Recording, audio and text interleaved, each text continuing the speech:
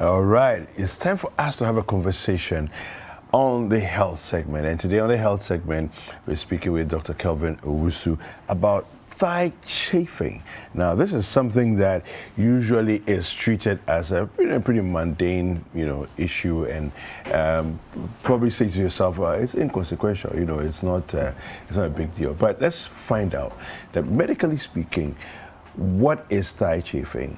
Is there anything we can do about it to stop it, fix it, help ourselves in the situation? What are there other adverse implications apart from the discomfort that we feel? Well, the WhatsApp line is 0550585832. If you have any questions regarding this, as we have the conversation, please send those questions through and we'll speak with Dr. Kelvin. Good morning. Good morning, David. How are you? I'm okay. Fantastic. Yes. Why are you all smiles this morning? Well, because the way you pronounce that thing, you put pressure on me. Now I don't know if I can match your diction. Oh, but it's thigh chafing, right? I thought it was chafing. See, now I'm confused. Chafing in English, chafing would be double F. Chai. So if it's a single F, then it's you see my the pressure. Now the pressure is on me. So, don't worry. Okay, so tell us a bit about that. Well, as you said, it's something that I think almost everybody has experienced and not paid much attention to it because it's part of life. So we just go with the flow. But for most people, it's actually not a big deal. But for a few people, it can be a source of discomfort. So that's why we need to talk about it and then be aware that you can find a solution for that situation. Yeah. So basically, thigh chafing. Yeah. it occurs when your thigh rubs against each other. Okay. That's basically what it means. Okay. And as a consequence, as a result of this rubbing against each other, the friction produces discomfort. It produces rash. And the rash can then become infected and then cause you more pain and discomfort. Okay. So it's just a result of your thigh rubbing against each other. It's similar to when you wear an ill-fitting shoe, a terrible shoe, and then you develop blisters. Blisters, okay. Yes, so it's the same principle. The friction causes the skin to have a reaction leading to blistering, and if that blister is not treated properly, it can cause further complication. Okay. So that's basically what it is. Okay. All right, so typically I would imagine, because I think I've experienced it before, but usually it's with certain kind of clothes on that I experience that. But if I have my comfortable cotton clothes, I usually don't have challenges with that. So talk to us about the role that clothing has, if you want to ameliorate the condition. So typically it's more common in women because women are men tend to wear trousers, so that sort of creates a barrier between the thighs rubbing against each other. So most men don't experience this, except you wear the wrong kind of material. So if it's not cotton, if it's not polyester, if you go and wear something like a nylon, something weird like that, you could have that situation, especially if you are you have big thighs and they sort of meet in the middle. It can result in that for men. But for women, because they tend to wear skirts and the thighs are opposed to each other, you tend to have a more developing more common in women. So yes, the clothing actually does matter, or the absence of clothing for that matter, does matter. Does matter. Okay. Now, in the what's the worst case scenario? Worst. What are we looking at here? So worst case scenario could be a diabetic who is obese or overweight and then has this thigh chafing, and then there's the bruising and blistering, and he or she is not aware because the diabetes has affected the nerve endings, and then it gets infected, and then that could cause problems. So that's the worst case scenario. But in addition to that, if for somebody who is extremely obese, sometimes the skin folds on itself, so the blistering could happen, but then the skin has folded over it, so they may not actually see it, they may not notice it's there, and so can then get complicated because there are bacteria on the skin. We interact with bacteria every day, and once there's an opening, they go there, colonize that area, and that then becomes a source of disturbance, a source of worry or discomfort.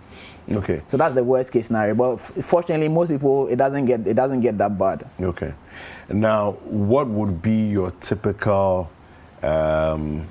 advice to, let's say, a person who's experiencing it, but it's not become a medical issue, you know, how do they handle it before we go to the medical? Okay, so I mean, I think so. We've spoken about people with big thighs, but usually some people also experience it depending on the activity they are engaging in. So when you are walking, for instance, if you are somebody who walks a lot, sometimes you notice that you have discomfort because your thighs are rubbing against each other. People who sweat a lot also tend to experience that as well. You know, so especially when you are beginning to sweat, you know, you might notice that the friction is worse when you are just about beginning to sweat. You know, so those can limit your activity, because if I need to walk to, let's say, circle, and I start walking and I start experiencing the discomfort, I might not be able to continue the walking. I might have to abort or find another means of transportation. So it can limit your activity in that sense of the word. It does, and these are lifestyle things. If I love jogging, but every time I try to jog, I experience this, that means I'm not going to be able to jog, which can then affect my weight, and then can cause me to have complications of hypertension just because of thigh chafing. You know, so all these are associations or consequences as a result of this thigh chafing, the chafing that we are talking about today. You see the pressure you have put on me. Okay, so let's look at treatment. Generally speaking, give us the lay home remedy kind of treatment, and then give us the medical one. Well, for the most part, the treatment is actually home treatment, basically. I mean, there's typically no medical treatment per se, except let's say it gets complicated with something else. So the treatment basically is to try and reduce or remove friction. So anything you can do to remove friction or reduce friction is basically what you need to do. So one thing would be to prevent the thighs from actually coming in contact with each other. And so our market women actually do this quite well. So you notice that most market women actually wear shorts under their dress or their skirt. Of course, it's serving two purposes. You know, because they keep moving all over the place, so they don't want anybody to be, they don't want to be exposing any part of their body to the world. General public. But the secondary benefit is that it prevents the thigh from touching each other, so that as they go about their busy activities, they don't now have to limit themselves because they are experiencing the pain and discomfort. So wearing shorts or stretchy pants under your skirt for the women, and I'm talking to the women because they are the ones who experience it the most. More than exactly. So wearing stretchy material under your skirt can help reduce or even remove it. You know, it may not remove, because if the material itself is not a good material, it will not help. So it has to be cotton or cotton polyester mix. You know, that is what is known to reduce it as much. Alternatively, there's something called thigh band. You can actually tie the thighs. You know, there's a lot of TH, it's not easy. You can tie the thighs. You know, they have a special band for that. You can actually use that to, again, reduce the contact between the two thighs on each other. So that's something that you can do as well. Then if you don't have any of these, you can use a good old petroleum jelly. Vaseline, you know, can actually be applied to the thighs, because that will also remove friction. The only challenge I see with that is, you know, there's a lot of sweat in that area as well. You know, because it's closely opposed to each other. So when you apply petroleum jelly or any of those Vaseline based products to your thighs, it might cause a bit discomfort in terms of when it comes to sweating. You know, so but it works because it reduces the friction between the two thighs and removes that discomfort from there. You know, so petroleum jelly or any petroleum jelly based product can also be used over there. Water-based products will not help, because I already mentioned that sweat actually precipitates it. So you don't want to use water-based products to try and remove thigh chafing. It has to be an oil-based product like petroleum jelly.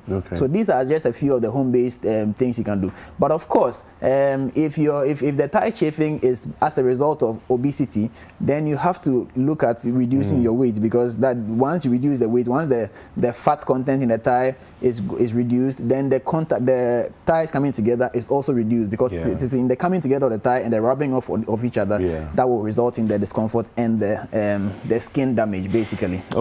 So the WhatsApp line is 05505 85832. too. If you have any questions for Dr. Kelvin, kindly send them through with hashtag It's Breakfast Daily on all social media platforms. Now, you've spoken to us about thigh bands, you've spoken to us about petroleum jelly or Vaseline.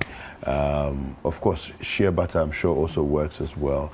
I mean, petroleum jelly tends to be maybe last longer on the skin. Yes, it does last longer. So, yeah. Baby powder also helps. So I was going to ask you about that. Powder or cream, what would you recommend? So, and why? Personally, I would recommend powder. Okay. Because, like I said, there's a lot of sweat in that area. You know, so you want something that would sort of not interfere with the house, with the sweat to move. Because if you were to put Vaseline or petroleum jelly over there, it's possible that it will precipitate more sweating. Yeah. Which could then, you know, make you feel even more uncomfortable. You know, but of course, it also depends on what has worked for you. Okay. If powder has not worked for you, then obviously you're not going to use powder. But powder does work, and baby powder, like I mentioned, is also a good it removes friction as well. Yeah. You know, it's just that you might have to apply it repeatedly, because of course the powder will get it will be soaked up by the sweat and to wash away, so you may have to apply it in the middle of the day and also at the end of the day. Maybe every time you're going to walk, you probably want to apply some powder there to reduce the friction. Yeah. Okay. Now there are those people who in maybe not so extreme situations, but it's like every single time they walk, they have maybe lack of a better way of describing, a histamine reaction. Okay. You know, in addition, so it's like it's chafing, but then there's also the itch that goes with that. The itch that you're not supposed to scratch. Yeah. How do we manage all of that?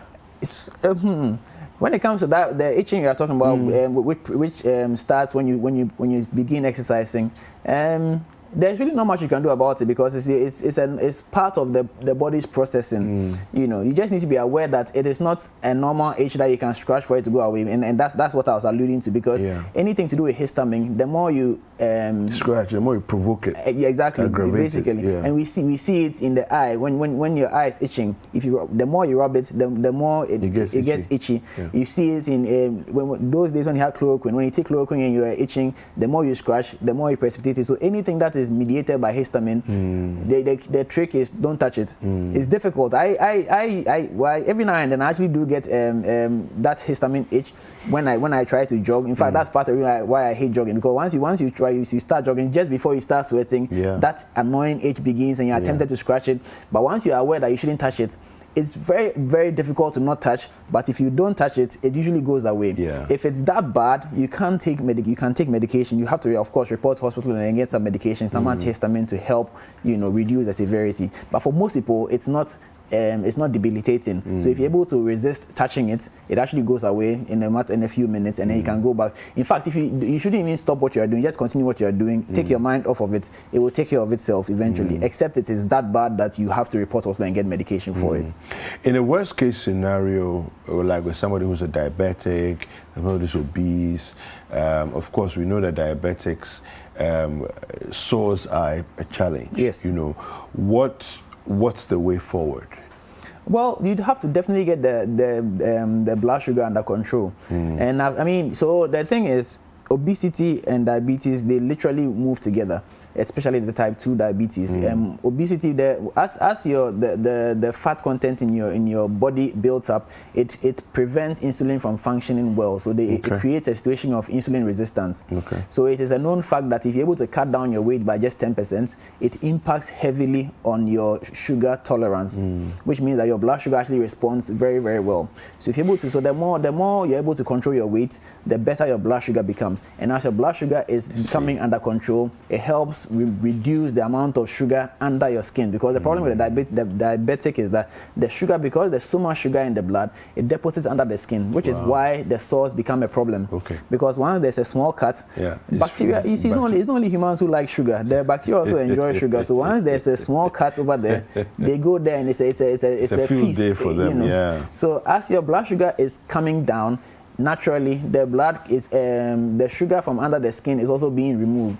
which then means that the sores are going to heal better. Yeah. So that is why if a diabetic goes hospital with a sore, it's not just about treating the sore. It's not just about dressing the sore. It's also about controlling the blood sugar, because the two go hand in hand. If the blood sugar is not under control, whatever you do on that sore will not work.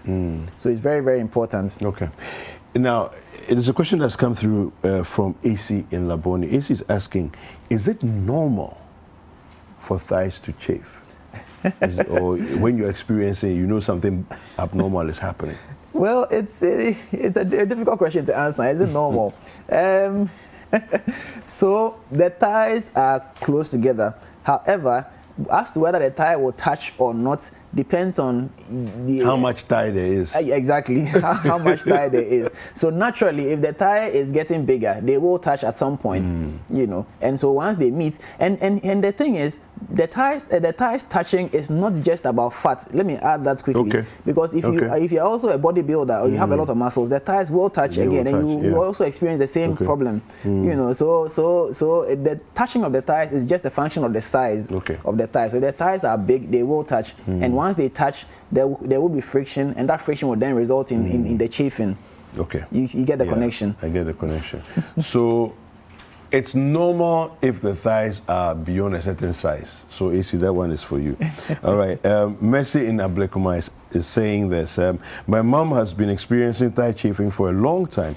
She used all sorts of creams, but it's still the same or getting even worse. So, so like you said, it's a function of the size of the thigh. So if the size of the thigh is a result of muscle buildup, you have to go easy on the weightlifting, so that a muscle will naturally regress, so that then there will be space there. If the size is as a result of fat, then I mean we have to reduce the fat. But in the interim, whilst you are working to reduce the size, then the best thing to do would be to wear a cotton or cotton polyester combination. Material underneath your skirt or whatever it is that you are wearing, so that then it will reduce the contact and the friction. But let me just add this. So go ahead. In case you don't know what you think you have never experienced it, just look between your thighs and see if there's any discoloration. That gives you an idea that, I mean, that's basically what the result of the chafing. Because as they meet, the friction, it burns the place a bit, so that you notice that there's some darkness on that side. That's really what it's all about. I've seen some images where they show a reddening of the skin. Well, depending on how fair you are. So so you're burning your complexion. If you are dark, like it will just appear as a darkened patch. And if it happens often, it becomes permanent. So you see a permanent discoloration in the areas where there's contact between the two thighs. I see. Wow. All right. We have a question here. Hi, I am Da Fritz from Cape Coast. Great topic, Doctor. Please promote shea butter other than petroleum jelly. It has greater elasticity. It's also organic, and of course, it's Ghanaian. Well, how true is that in terms of relating the two together, shea butter? Because I think shea butter works and it's oily, but I think its level of lubricating capacity is not as much as petroleum jelly. Am I right? Well, I mean, I haven't really done any research into which one is better in terms of its elasticity and staying power, But basically, and I already mentioned that it's oil-based is preferred over water-based, because you are trying to. So that's the key. Oil-based. You are trying to reduce the friction in that area. However, I mean, shea butter and we grow oil in Ghana, so I mean.